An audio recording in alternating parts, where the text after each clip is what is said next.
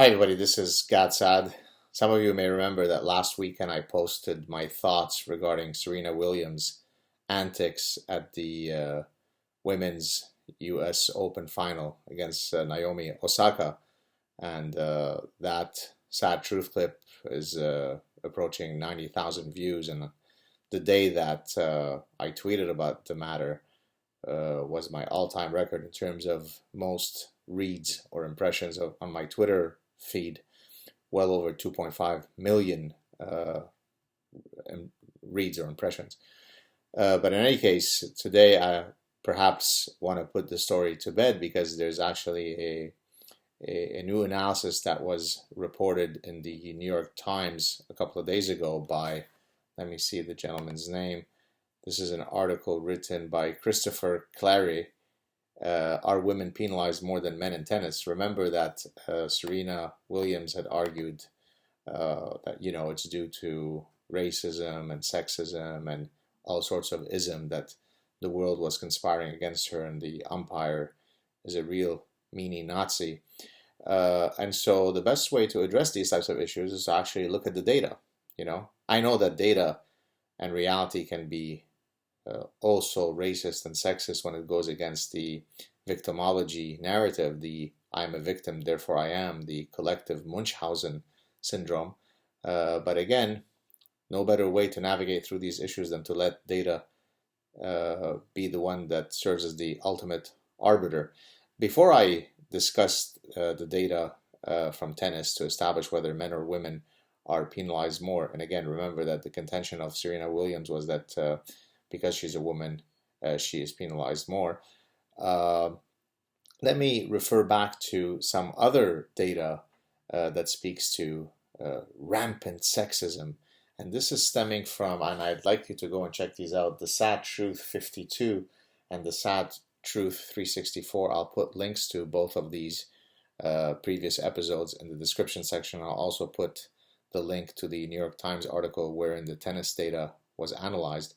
But in any case, in the two sad truths in question, I had looked at data in the earlier one, the Sad Truth 52.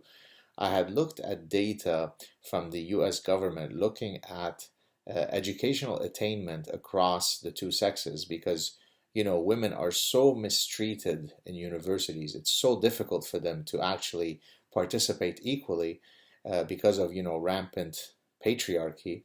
That the best way to look at that issue is to explore what the data say. And so the data that I had reported in the episode in question stemmed from, as I said, the US government. It looked at 5 racial groups across 4 educational attainments. So associate's degree, which is the equivalent of half a bachelor. Typically you get that in a community college. Then bachelor's degree, then master's degree, and then doctorate. So there were 4 levels of educational attainment across 5 races. So there were 20 cells that you could look at in the table. And in each cell you could look at how much do men outnumber women or vice versa. So if there is rampant sexism, as we are repeatedly told, then you should expect that most of the cells, if not all of the cells, should have more men outnumbering women in each of the 20 cells. And so for those of you who've not watched this analysis that I did, can you guess how many cells women outnumber men? Remember, there are 20 cells. If there is rampant sexism whereby the patriarchy is engaging in all sorts of machinations to stop women from progressing, then all 20 cells should have more men than women. You ready? Drum roll. Every single cell had more women than men. In other words, the data could not have been more contrary to the victimology narrative.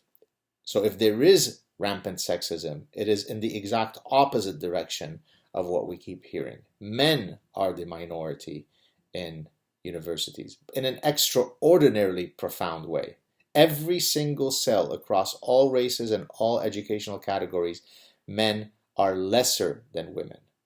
And then I did a subsequent analysis, a couple of years later, that's the Sad Truth 364, where I looked at, quote, racism or sexism in Canadian medical schools, and lo and behold, not surprisingly, women outnumber men greatly. This is why we need to have more programs that support women, because until no man exists on a university campus, patriarchy.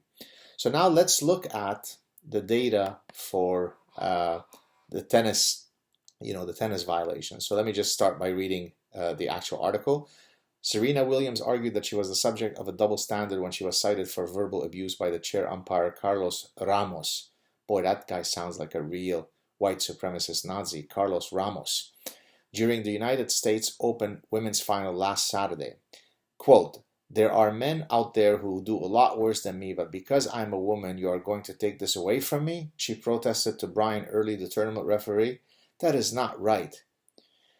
So then what happened is they looked at data from Grand Slam tournaments for the past 20 years, 1998 to 2018, and they basically looked at fines by gender at Grand Slam tournaments, all fines from 1998 to 2018, across, I think there are 14 different types of violations.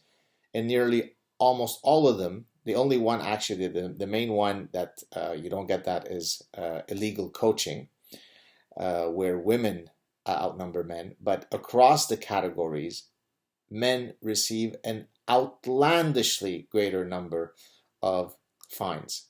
As a matter of fact, the total is 1,517 fines levied across men, 535 fines levied across women. So 73.9% of all fines were levied across men. Were levied to men.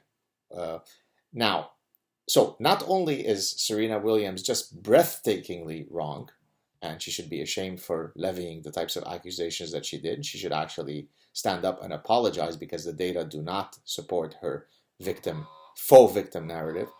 But even if you adjust for the fact that men play, longer matches and more sets, as apparently they took into account in this analysis, it still ends up being the case that men outnumber women when it comes to fines. So her, crying wolf story of, you're only penalizing me because I'm a woman, is demonstrably, verifiably false. So this is how you navigate through these issues. You let the data speak for themselves, and of course, in this case, it proves that Serena Williams was wrong. But as I have found out in all of my engagement, public engagement, and dealing with all of this nonsense, sometimes a dragon of bullshit is difficult to slay. So the women are underrepresented in universities, and we need to come up with new ways to help them. It doesn't matter how much data you show people, that dragon, that BS narrative somehow can never be slayed. And that's the problem. That's the real cancer of the human spirit here. You'd like to think that if people are committed to reason, to logic, to evidence-based decision making, well then the evidence will allow us to make better decisions. But when you put your hands like this and go la la la la la, I don't want to hear what you have to say, data and facts are racist, that's when we run into problems. And that's because ideology trumps facts. Feelings trump facts.